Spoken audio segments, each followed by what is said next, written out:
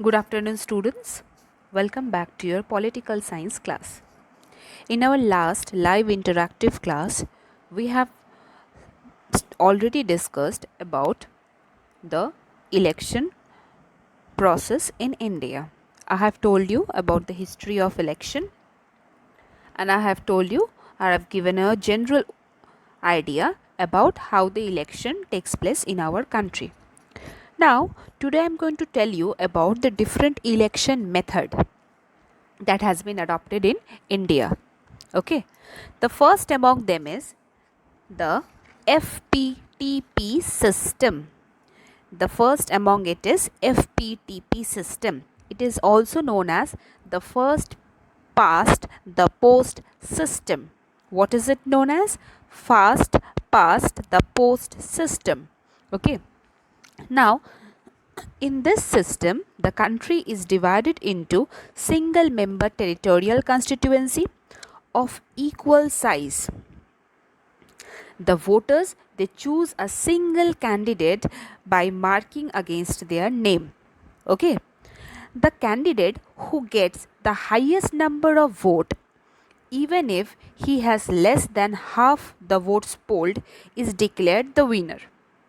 Now, this system has been also named as plurality system of representation. What has been it named as? It has been named as the plurality system of representation. Now, there are several advantages and disadvantages of this system. First, I will tell you about the advantages. Actually, this first past the post system or the FPTP system is very easy to operate. Second is, it establishes a clear link between the representatives and the constituencies. In fact, not only that, it also allows the government that are informed to have a clear mandate, of course, on the basis of plurality of support among the electorates. Okay. Now, apart from having some advantages, this system has several disadvantages also. What are they? First of all, is many votes are wasted in this system. Specifically those which are casted for the losing candidates. Okay. Not only that, this system also undermines the legitimacy of the government so far as the government are based only on the minority support. Okay. Third is, in such a system, some social groups, especially minorities, may go under the representation. Now, in this FPTP system in our country India, what happens? The entire country is delimited or divided, you can say, into 543 constituencies, and that division is done entirely upon the population. Now, each constituency elects one representative. Candidates who gets the highest number of votes in that constituency is declared elected. Now, in this system, the candidates with the highest number of vote is declared elected. The winner does not need to get a majority of vote. This system or the FPTP system, since in the electoral battle the candidate who is ahead of other or who crosses the winning post first of all is the winner. This system is also known as plurality system. I am repeating it once again, that this system is known as the plurality system. Okay. Now, students, let me tell you that in the year 1984, during the Lok Sabha election, when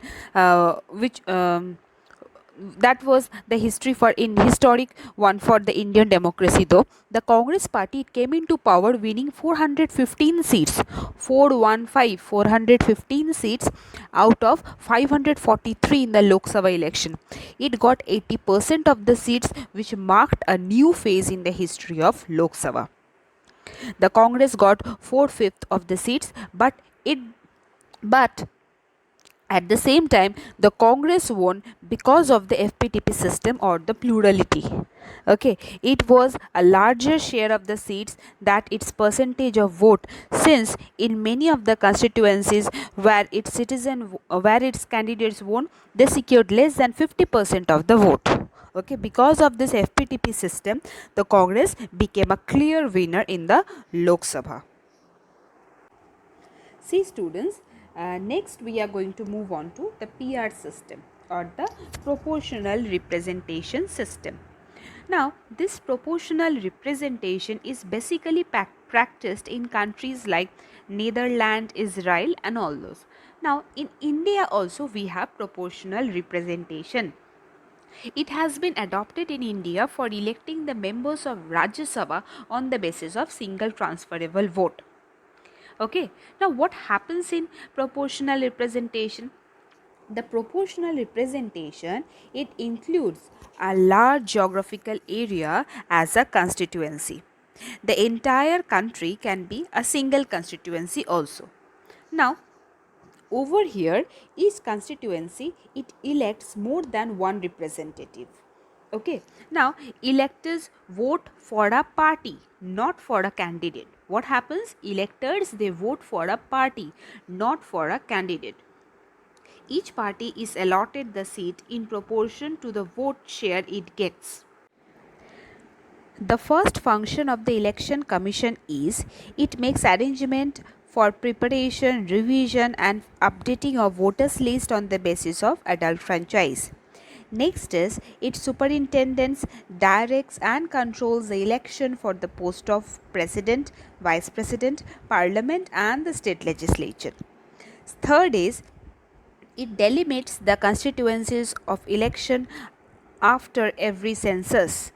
Since it holds responsibility to conduct election freely, it exercises full control over the election machinery and issues directions against the election regarding elections. Okay, it also fixes the dates of filling of nomination paper, scrutiny and withdrawal of papers. It also fixes the date of polling and declaration of results. Not only that, the election commission also recognizes the political parties as national or regional party. In fact, it even allots symbols to the candidates for polling for political parties and as well as independent candidate. It also fixes model code of conduct and expense ceiling for all candidates. It also settles election disputes and petition referral to it by the president. Not only that, setting up of polling booth, appointment of the requisite staff for conduct of polls, all this comes under the functions of election commission. In fact, it also issues order to the state government to deploy requisite police personnel to maintain the law and order. Okay, so these are the functions of the election commission of India. Okay, now we will study about the electoral reformation. Okay, needs and suggestion for some electoral reformation. Now, students, first of all, the first reformation that is required is money power is often used in influential candidates and parties to win the election. It gives them an undue advantage over the small parties and independent candidates. Okay, for this reason, this is one of the major reason for which reformation is required. Next is candidates with criminal background, they sometimes try to hegemonize the ticket and the electoral seats. Muscle powers are also used, which influences the election result. For this reason also we need reformation. Next is family lineage, specifically in distribution of tickets to the relatives, is a big challenge to the Indian democracy. Parties, they appear to be similar in their policies and programs, making it difficult to choose. Women also have received very inadequate representation. Not only this, smaller parties and independent candidates are at the disadvantage as compared to the big parties.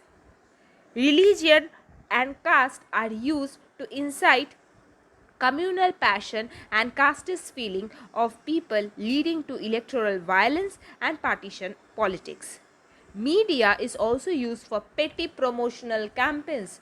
So for this reason specifically we need a reformation. Okay. So what are the suggestions that can be given for reformation? The several suggestions are: The FPTP system should be replaced by the PR system so that parties get seat in the proportion to the votes they secured. Not only that, state funding of the election should be started. This would ensure vigilance on role of money during election. Candidates with criminal cases should be banned from contesting the elections. Parties using caste and religious passions inciting violence should be also banned. And moreover, a law should be also made regulating the functioning of political parties. This would ensure transparency and democratic functioning of the political parties. Okay. And for the election commission, if you say, it should be empowered to counter amend the election or report by an election observer. And there is also a requirement of minimum number of votes polled to save the security deposits. And rotation for reserved seat should be also done. These are the things that should be followed for or that could be suggested for reforming the election system in India. Okay, so that is the end of our chapter, and I will send you question answers in your PDF. Okay, thank you.